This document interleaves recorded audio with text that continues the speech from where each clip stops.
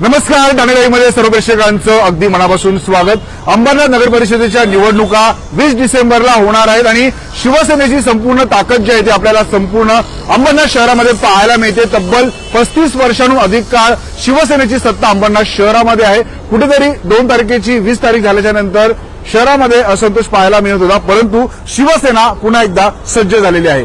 याच विषयी आपल्याला संपूर्ण माहिती देण्यासाठी शिवसेनेच्या नगराध्यक्षपदाच्या उमेदवार मनीषाताई अरविंद वाळेकर आपल्यासोबत जोडलेले आहेत. ताई, ठाणे लाईव्हमध्ये अगदी मनापासून स्वागत.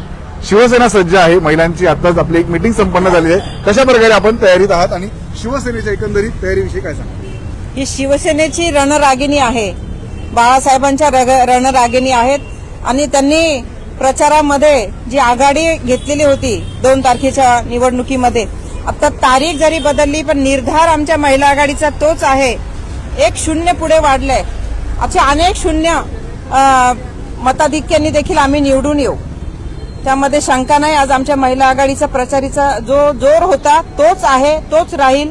आणि येत्या 20 तारखेला अंबरनाथचे नागरिक गेल्या 30 वर्षापासून या अंबरनाथवर शिवसेनेची सत्ता आहे. शिवसेनेचं काम बघून अंबरनाथकरांनी आजवर शिवसेनेला आशीर्वाद दिलेला आहे. आमचं काम बोलतं ही आमची टॅगलाईन आहे. आमचे खासदार डॉक्टर श्रीकांत शिंदे साहेब यांनी जो ह्या मतदारसंघात या अंबरनाथ शहरामध्ये केलेला विकास आहे, या विकासालाच नक्की अंबरनाथकर पसंती देतील, मतं देतील आणि येत्या 20 तारखेला पुन्हा एकदा या अंबरनाथ नगरपालिकेवर शिवसेनेचीच सत्ता येईल. विकासाच्या दृष्टीने वाटचाल करणारं अभूतपूर्व असं अंबरनाथ शहर आहे. अनेक मोठे मोठे प्रकल्प शहरामध्ये राबवले जातात. त्याविषयी मॅडम थोडक्यात काय सांगाल आणि येणाऱ्या काळामध्ये कशा प्रकारे बदल जे आहे ते अंबरनाथमध्ये आपल्या माध्यमातून पाहायला मिळेल?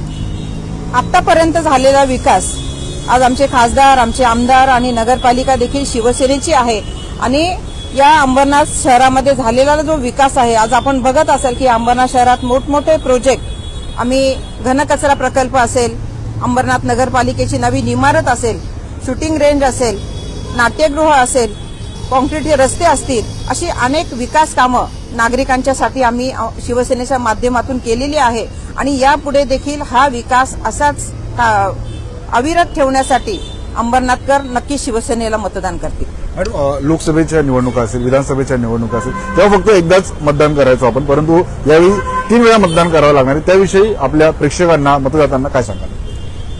ही जनजागृती देखील आमची मतदारांमध्ये शिवसेनेच्या माध्यमातून, आमच्या महिला आघाडीच्या माध्यमातून झालेली आहे आणि मतदारांना आम्ही सांगितलेलं आहे की ह्यावेळची जी निवडणूक आहे ती 3 पॅनल पद्धतीची आहे. याआधी आम्ही फक्त एक नगरसेवक निवडून द्यायचो आणि नगरसेवकांमधून नगराध्यक्ष निवडून येत होते, परंतु आज नागरिकांना संधी आहे की त्यांचा नगरसेवक, त्यांचा नगराध्यक्ष, त्यांचा हक्काचा नगराध्यक्ष हा नागरिकांना निवडायचा आहे आणि 3 मतदान करण्याचं हे आता नागरिकांना जवळजवळ समजलेलं आहे.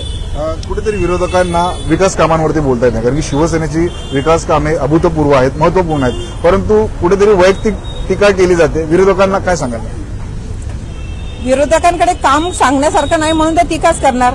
आमच्याकडे काम आहे, त्यामुळे आम्हाला टीका करायला वेळ नाही. आमची कामच एवढी आहेत तर आम्ही कोणावर वैयक्तिक टीका करत नाही, करणारही नाही. आम्ही नागरिकांपर्यंत आमचं काम पोहोचवतोय आणि नागरिकांना माहितीये की या शहरात कोणी विकास केलेला आहे, त्यामुळे आम्हाला ती चिंता नाही. शेवटचा प्रश्न, मतदारांना काय आव्हान असेल? मतदारांना मी एवढंच आवाहन करेल की जसं आपण आजवर शिवसेनेला आशीर्वाद दिलेला आहे आणि तसाच आशीर्वाद, तसाच या अंबरनाथ शहराचा विकास करण्यासाठी आपण शिवसेनेच्या उमेदवारांना जास्तीत जास्त मताने निवडून द्या.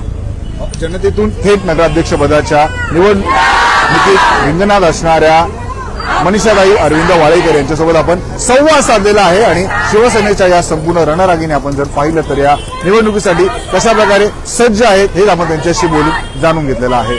अंबरनाथ नगर परिषदेच्या या निवडणुकीविषयी प्रत्येक अपडेट, प्रत्येक घडामोड आम्ही आपल्यापर्यंत पोहोचवत राहू. ठाणे जिल्ह्यातील प्रत्येक घडामोड, प्रत्येक अपडेट पाहण्यासाठी आताच ठाणे लाईव्हच्या फेसबुक, इंस्टा, ट्विटर अकाउंटला फॉलो करा. तसेच आमच्या युट्यूब चॅनलला सबस्क्राईब करायला विसरू नका.